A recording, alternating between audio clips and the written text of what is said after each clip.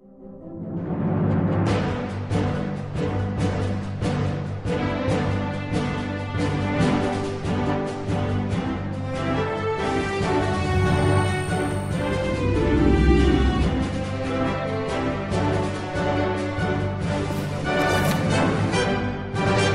ancient city of Jericho is best known for its destruction at the hands of the Israelites, as described in the Bible's book of Joshua. But Jericho might better be remembered for its longevity and its contributions to civilization. Archaeological evidence indicates that its site was first inhabited some 14,000 years ago, and today you can still find a bustling community there. As far as we know, it's the oldest continually occupied city on Earth. In considering the roots of civilization, which we'll define as the advanced level of human social development and collective learning that could arise only once cities were established, it's instructive to compare Jericho to another ancient city, Anau. Anau is located in modern-day Turkmenistan across the Kopet Mountains from Iran. Like Jericho, Anau was one of the world's earliest large human settlements, although it dates only to the 5th millennium BCE. But today it's deserted, a vacant, ruined mound on a dusty plain. Why did Jericho endure while Anau perished? Why did early peoples decide to settle down in these two arid environments and establish communities at all? And how did they sustain themselves? Answers to these questions and many more become clear through the lens of big history. As you'll soon see, Jericho and Anau have a great deal to tell us about the origins and nature of civilization, and quite possibly about the future of our own. Perhaps you haven't heard of big history before. It's an exciting way of studying the past over great spans of time, so that important themes, trends, and developments reveal themselves in ways they otherwise wouldn't, yielding a deeper understanding of why events occurred as they did. In pursuit of that understanding, big history embraces all the disciplines of knowledge that humans have constructed to date and uses them as a multidisciplinary toolkit to unlock the secrets of the past. The International Big History Association, of which I am a founding board member, defines big history like this. Big history seeks to understand the integrated history of the cosmos, Earth, life, and humanity using the best available empirical evidence and scholarly methods. At my university, I teach a big history course that explores the history of the entire universe, our solar system and planet, the evolution of life on Earth, and the history of humanity in a single connected narrative. The perspective it offers on our place in the cosmos is both humbling and exhilarating at the same time. In this course, we are particularly focused on the human part of the story, and I think you'll find it awe-inspiring and thrilling in a different way. We're going to examine the origins and evolution of our species, what makes humans unique, and how we have lived for the 200,000 years since we appeared on the planet. We'll look especially closely at human society as it has developed since we settled in places like Jericho and Anau and began to establish more advanced ways of living and working together. We'll trace civilization's rise all the way to the present and then take a look ahead at what its near and long-term future may bring. The fantastic advances in human knowledge and analytical ability that have occurred in recent years mean that big history can explore the story of civilization in ways that were simply unavailable to historians of previous generations. And what more important time for a comprehensive look at civilization than the present era, in which we face such a complex collection of amazing opportunities and existential perils. Welcome then to the big history of civilization. When we consider civilization today, it's easy for us to take for granted something as commonplace as a city or a town because humans have been living in them for so long. But they haven't been around forever. When archaeologists examine the oldest artifacts from Jericho, it's clear that it started as something closer to a temporary encampment where the occupants stayed for extended periods of time, but foraged for food in the surrounding countryside rather than growing crops to sustain themselves. In fact, there was a time when all of humanity was nomadic and foraged for food, not because we lacked the intelligence to do anything else, but because the world was too cold and food too scarce to make anything else possible. For most of our first 100,000 years on Earth, the planet was beset by an ice age. Millennia of temperature fluctuations followed, but around 14,000 years ago, the planet began to enter a consistent warming phase. Over the next couple of thousand years, this so transformed landscapes that the large grazing animals like mammoths that humans had hunted for tens of thousands of years migrated northwards, clearing the way for smaller animals like boar, deer, and rabbit to thrive, along with new root and seed plants. These changes were especially notable in the Fertile Crescent, an arc of high ground that stretches north up the coast of the eastern Mediterranean, then east through the mountains of Turkey and northern Iraq, and south along the territory between Iraq and Iran. All across the Fertile Crescent, the changing climate encouraged the spread of small game and warmth-loving cereal grasses. Abundance was particularly great in regions where there were good supplies of water, and these locations were naturally especially attractive to wandering humans. Jericho was one such spot. Some 8,000 years later, as our planet continued to warm and now became another. Let's look more closely at what these sites had to offer, because the decisions by people to settle there provide us with a sense of their thinking. According to the Bible, Jericho presented quite a challenge to the Israelites when their leader Joshua led them to it upon their entry into the land of Canaan. It was surrounded by huge, intimidating walls, but arguably, though, it's the natural wall surrounding Jericho, great mountains to its east and west, that are of even greater importance in the story of this ancient city. These geological walls of Jericho gave its occupiers a significant advantage in times of military strife, well before they built new walls of their own, and they help explain why nomads would have found the location appealing. The natural barriers were created by seismic activity that tore a great rift in the Earth's crust, one that actually extends all the way from the Sea of Galilee in the north to Africa in the south. Because of the mountains that protect it, Jericho's location was ideal for the control of trade and migration routes that pass up and down this natural valley. Throughout the city's long history, these strategic advantages have made it a coveted possession for a long series of invaders, including, according to the Bible, the Israelites. The Dead Sea, which is just south of Jericho, lies deep in the Jordan Rift Valley, a geological feature formed by a transformed fault lying along the tectonic boundary between the African and Arabian plates. As a result of the fault between these two plates, the land dropped 3,000 feet, eventually settling around 900 feet below sea level. So Jericho is not only the oldest continually inhabited city on Earth, it is also the lowest. Notice here how geological history and human history are inextricably linked in a chain of causation. The engine that drives the movements of the Earth's tectonic plates is the unequal distribution of heat within our planet. The heat constantly melts sections of the mantle, moving it upwards on internal convection currents. In other places, slabs of crust descend back down into the mantle, and it is these movements that cause the crustal plates to shift, generating earthquakes, volcanic activity, and mountain building. This internal heat actually comes from several sources. One, which most people are aware of, is the pressure of the Earth's mass, which built up gradually as the planet was being formed. But it also comes from radioactivity and from the stored energy of the tremendous meteoric impacts that pounded the surface of the Earth during its early period. Without that heat, the mountains around Jericho might well never have formed. So it's fair to say that the choice by nomads to settle at Jericho at all is the product, through an extended sequence of events over the course of millions of years, of the forces that shaped our planet.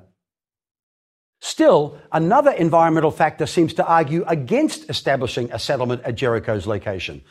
The Jordan River, the region's primary source of fresh water, is some 43 miles away. Why would wandering peoples have chosen a spot so far from such a critical resource? The reason is that Jericho had ready access to its own reliable supply of water, one that enabled its residents to live comfortably even in its harsh desert environment. The city is located in an oasis, which is sustained by a reliable underground water supply known as the Ain es Sultan. More than 1,000 gallons of fresh water bubble up from this spring every minute. In the Bible, the water source is called Elisha's Spring, after a story in which the prophet Elisha made the water healthy. This spring has not dried up during the entire 14,000-year period that various peoples have lived at Jericho. Now let's consider the site of Anau, some 2,500 miles northeast of Jericho. Situated on an arid plain at the edge of the Karakum Desert, Anau seems like a poor place to take up residence, neither readily defendable nor close to a good source of water. Like Jericho, however, Anau was once sustained by an oasis, which in turn was fed by water that flowed down from the nearby Kopetdag Mountains. In fact, the name Anau is derived from Abinau, which means new water. Unfortunately, it seems that Anau's residents had to search for new water repeatedly because the source they relied on kept moving or drying up as climatic conditions in the region changed. First excavated in a serious way by American archaeologist Raphael Pumpelly in 1904, the site of Anau consists of 3 mounds, each containing ruins from different periods. The North Mound is the oldest, with layers of agricultural settlement dating from 4,500 BCE through to the mid-3rd millennium, when the settlement was abandoned, probably because its water source shifted course. The residents then re-established their town where the South Mound is located today, and during the Bronze Age, this Anau evolved into a well-planned town. During the Classical period, Anau relocated again to the region of the Eastern Mound and became an impressive walled city. Ultimately, however, the waters that fed Anau either dried up or shifted far enough away that the site was abandoned altogether. I have wandered several times through the desolate mounds on which the different incarnations of Anau were built, and each time have been struck by the critical relationship between resources and sustainability. At the most basic level, it's easy to see why Jericho survived and Anau didn't. Jericho's residents had water, Anau ran out of it, end of story. Consider also, though, the tremendous difference that the presence or absence of this basic resource made for these two cities. In spite of repeated large-scale relocations that suggest tremendous expenditures of effort, energy, and resources, the residents of Anau couldn't keep themselves or their city functioning without an adequate supply of water to meet their needs. Human will and ingenuity weren't enough to solve the problem. In contrast, Jericho's supply of water was so abundant that the greatest challenge residents of the site faced seems to have been defending it. The Israelites were just one of a long series of invaders over the centuries who coveted Jericho for its precious resources and strategic location. And each people who took up occupancy there found the site hospitable. Jericho and Anau offer us a bracing lesson in the importance of conserving and protecting our most basic natural resources, and a worrisome reminder of how readily and predictably human conflict arises when these resources are scarce. But these cities reveal much more about humanity and the rise of civilization, because they also represent a tremendously important threshold in human lifeways, a transition that made a vast number of subsequent advances possible. We actually know quite a lot about the people who first settled Jericho, because they settled in many other places in the Fertile Crescent as well. They're called the Natufians, and starting around 14,000 years ago, as the Earth's climate warmed up, they found places of natural abundance in Israel, Jordan, Lebanon, and Syria. There they established villages, hunted gazelles, and used stone sickles to harvest wild grains. We call them affluent foragers, because for the first time they had access to enough resources that they continued to live as foragers while settling down and staying in one place. It turns out that it wasn't only abundant water and defendability that Jericho offered the Natufians, although they may not have recognized it when they first arrived. The site and its surrounding lands also boasted rich alluvial soil, as well as, of course, plenty of sunshine. These produced the plentiful wild plants and game with which the Natufians sustained themselves. Over time, however, these inviting qualities of Jericho presented the Natufians with a dilemma. Remember that the foraging lifeway that the Natufians had previously led had required near constant migration in pursuit of food. The need for mobility and the scarcity of food had limited the size of their population.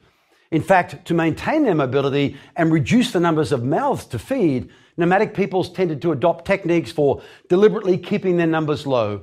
such as leaving female infants and the elderly behind to die. This in turn limited human progress. The small size of nomadic foraging bands and the limited exchanges that took place between them meant that the pace of change in human society was slow. The evidence from Natufian settlements in the Fertile Crescent reveals, however, that once they became more sedentary and adopted a lifeway of affluent foraging, their populations began to grow.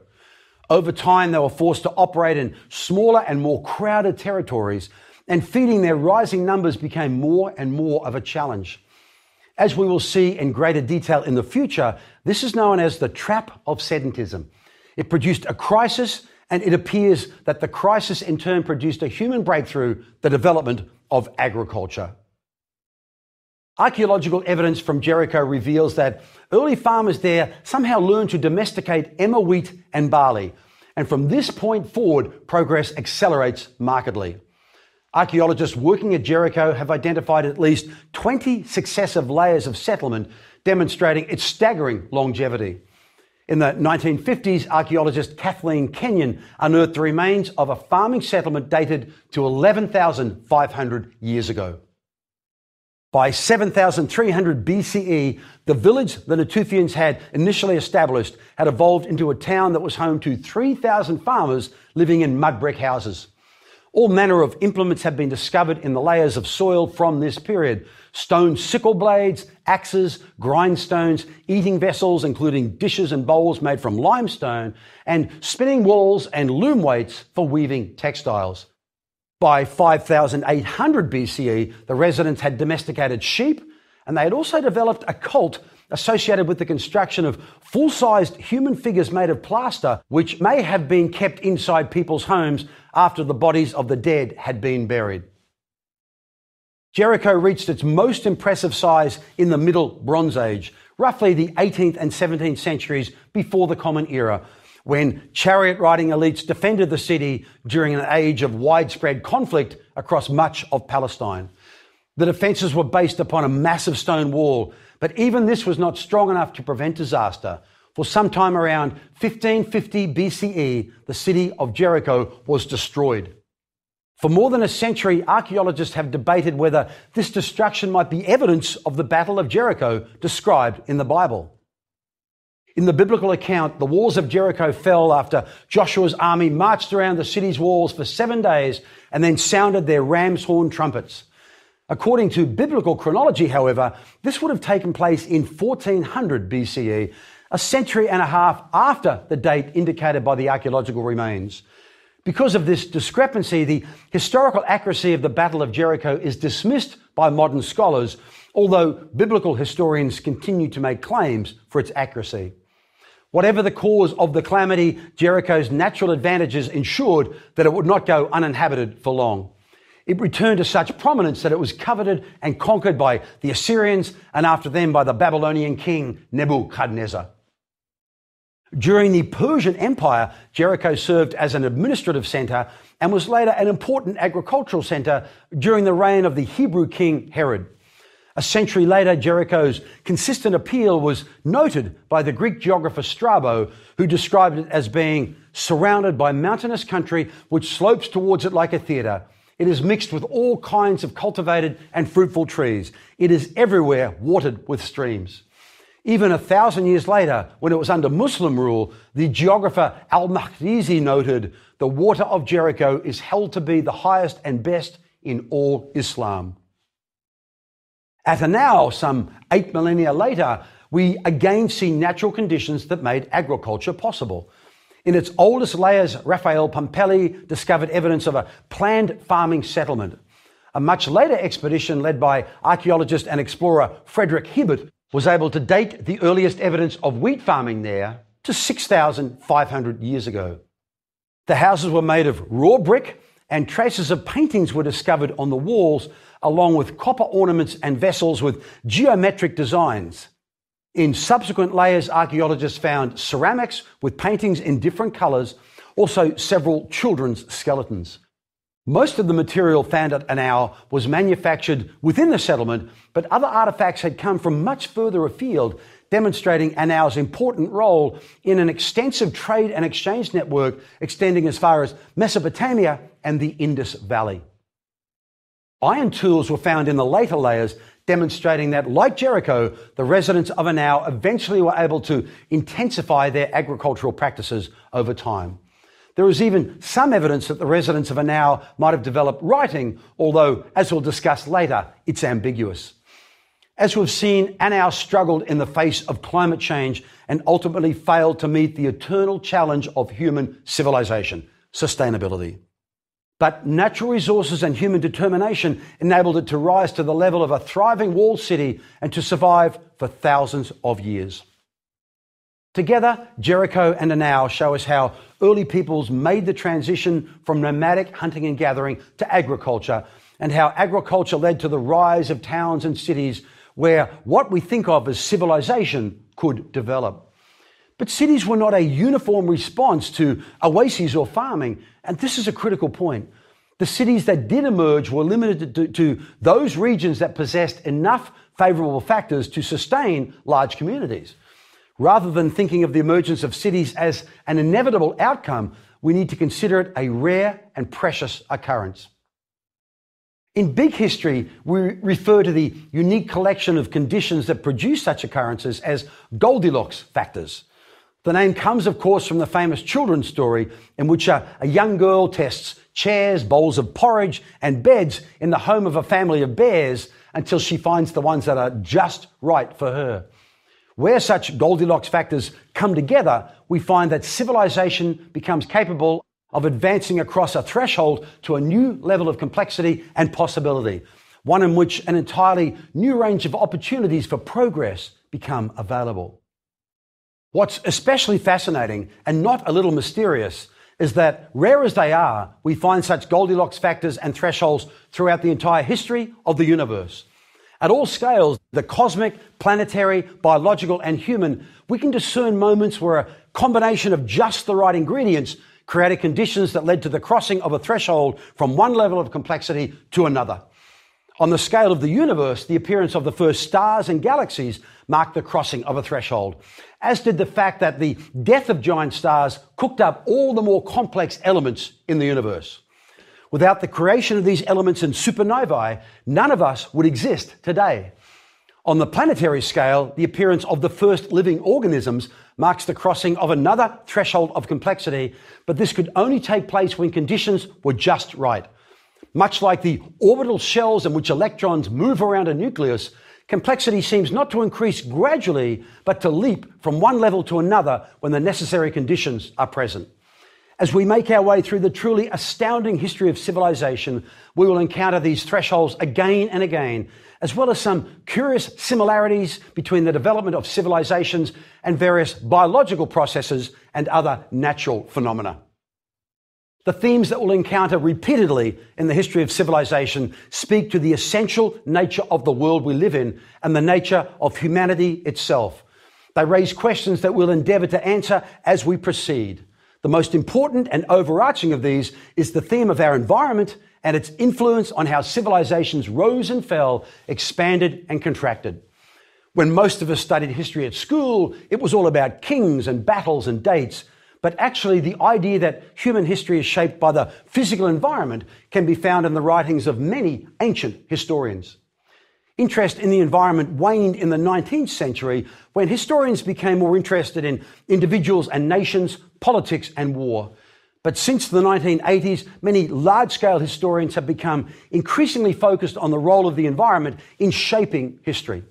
We've already seen the influence of the environment on Jericho and Anau. What environmental advantages allowed for the establishment of other cities, states and empires in their particular locations? And how is it that, whilst some cities and civilizations abused their environments and sowed the seeds of their own destruction, others were able to sustain themselves for thousands of years? This question is of critical importance to modern civilization, of course. We are living at a time in which the great majority of the world's scientists believe that civilization as we know it may be imperiled by the environmental state of our planet. What might we need to do if our own modern civilization is to endure? While the role of the environment can be thought of as the mega theme we need to consider, there are others that also raise important questions. One is the essential features that seem common to every civilization that has appeared on the planet, no matter how isolated and they were from each other. What makes these features so fundamental to every single complex human society, including our own? Another key theme is the role that migration has played in human history. What drove humans to leave Africa 100,000 years ago and gradually peopled the entire earth, including the remote islands of Polynesia? What role might migration beyond our planet play in the future of human civilization? Yet another recurring theme is the continuous evolution of ideas about religion, ideology, science, and meaning. Think of the phenomenal range of belief systems humans have devised to try and understand the world around us and our place in it. Associated with this is the appearance of ever more complex social structures, often sanctioned by our ideologies. How have our belief systems shaped the civilizations we have built? In our course, we follow the evolution of society from the egalitarian foraging bands of our Paleolithic ancestors through to the rigid hierarchies based on wealth, ethnicity, and gender that were embedded into virtually every civilization.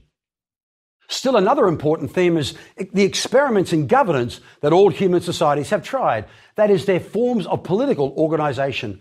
We follow these experiments from the appearance of early forms of consensual power in villages to the administrative structures put in place in the first city-states.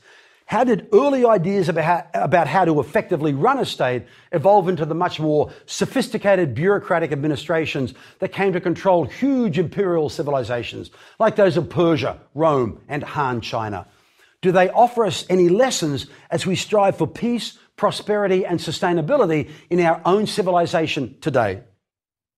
Last but certainly not least, we will explore the role that trade and exchange have played in the rise and transfer of ideas among civilizations and the role of conflict and competition in driving innovation. Can humanity's earliest small-scale exchanges, which evolved into great networks like the Silk Roads, provide us with any guidance as we struggle to adapt to the ever-changing, interconnected, globalized village of the 21st century? Should we look with hope to the conflicts and crises of our times as possible sources of solutions to the great problems and dilemmas that confront us? The story of human civilization is vast, astonishing, and tremendously important for us to understand for the sake of humanity as well as all other life on Earth. It has taken our species from nomadic bands with nothing but stones for tools to complex societies capable of launching probes into space to divine the very origins of the universe. By applying the insights of big history to places like Jericho and now, we can learn not only how fortunate it is that civilization came to exist at all, we can also trace the origins of our own ideas and traditions back to humanity's earliest times in order to understand why we live the way we do today.